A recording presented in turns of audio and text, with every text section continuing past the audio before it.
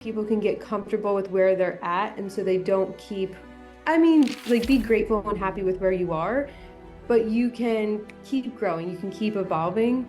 But I would say with my dad, it's to not get around the wrong people, to not be influenced by different shiny objects, to stay on a healthy track. I would say with my mom, yeah, to really do the work. Like, hey, if you've gone through some stuff in your life, do some inner healing, be proactive about it, and keep moving forward.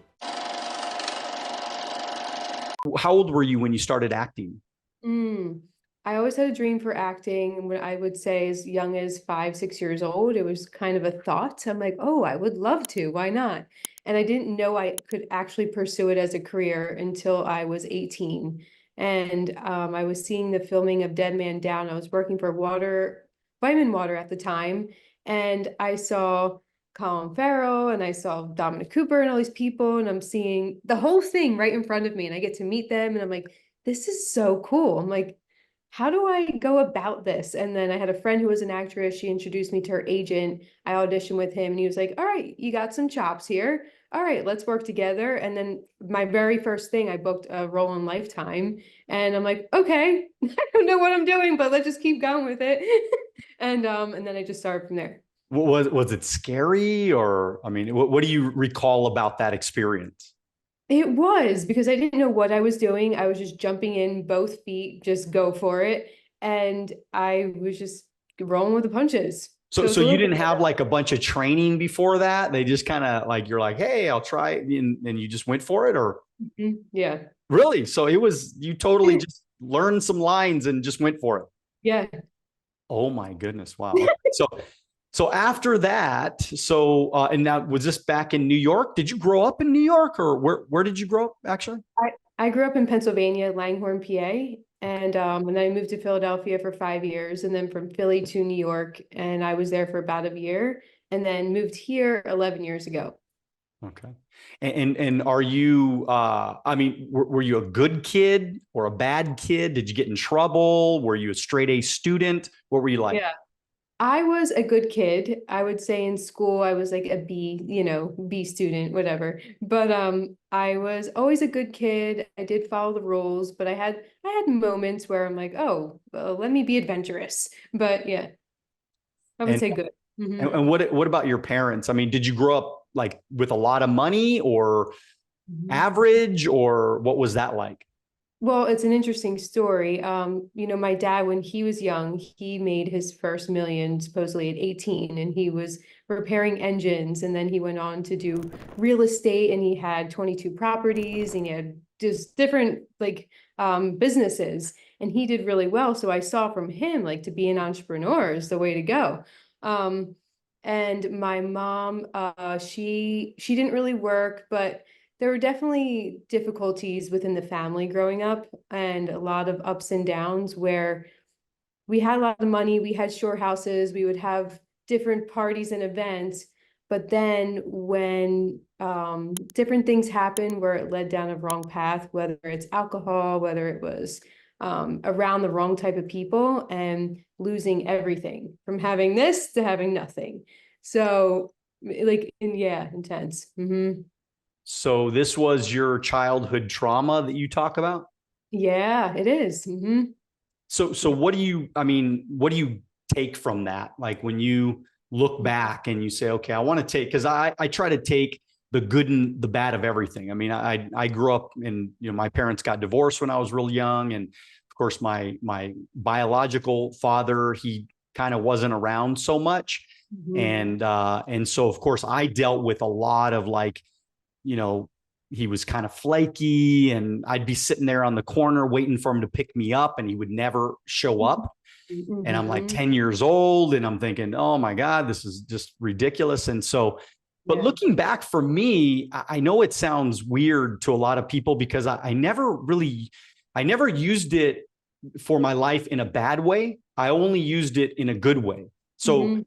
I'm probably one of the most dependable people in the world because Yeah. I lived with somebody that wasn't dependable. So, Right, or right. I had somebody in my life that wasn't dependable. And so I feel like I took a lot of the good and the bad. Now, my biological father, I mean, he's a great guy. He gets along with everybody. He's, friendly with everybody. He's a really good human being, like in his core, in his soul, he's a good person. And so, and then I had a stepfather, and my mom remarried, and I had a stepfather, and he was amazing guy too. But they both had different personalities, totally separate personalities. Mhm. And looking back, I kind of took the good and the bad from each one of them. Yeah. I feel like that's what really helped my life in a big way. So what sort of takeaways could you, process from your childhood? Yeah, absolutely. That's such a good, I mean, and that's what's great when when we can look back in retrospect and say, I went through that. It's kind of helped me get to where I am now. And I would say those things for me is to not be, I don't know if the word is complacent, but I feel like people can get comfortable with where they're at. And so they don't keep, I mean, like be grateful and happy with where you are, but you can keep growing, you can keep evolving. But I would say with my dad, it's to not get around the wrong people, to not be influenced by different shiny objects, to stay on a healthy track. I would say with my mom, yeah, to not to really do the work. Like, hey, if you've gone through some stuff in your life, do some inner healing, be proactive about it, and keep moving forward. So I think that's where it's helped me define who I am today, and that I will not, it's like, thank you for that lesson, but yeah, I know who I am now and where I'm going. I mean, do you think that you're a better actress because you had some trauma in your life? I mean, Absolutely. That's where I'm like, thank you for this gold, because you have made me a brilliant actress. Thanks for that. Because to be able to source something, it's okay, I can source this, I can get into it, and I can get out of it. So that's what's good about it. and so is that what prompted you to go into like intuition healing and all this kind of spiritual world that you have engaged in? I actually did one of your courses, by the way, or I actually went to one of your webinars, and it was really good. And just the really kind of diving deep was pretty fun. Thank you. I appreciate that. So it was really good. I mean, I hope if anybody's, watching right now or listening, definitely, attend one of your webinars and, maybe even go that next level and get coaching or, sign up for one of our online courses. Cause I mean, it's some powerful, powerful things once you start figuring out, how energy works. I mean, I'm a big believer in energy. You probably know that already, but I mean, I believe in the law of attraction. I believe in quantum physics. I believe that, all we are is energy, and we can manipulate that energy for our benefit if we want to. We just have to learn how to tap it and be able to get into that. So is that kind of what led you in that direction? Yeah, I would say spirituality has been intrinsic to who I am my entire life. I mean, since a kid, looking to the stars and being a wanderer, an adventurer, being like being fascinated with stones and leaves, and having this love and awe for, I guess, spirituality, but not knowing really what it was.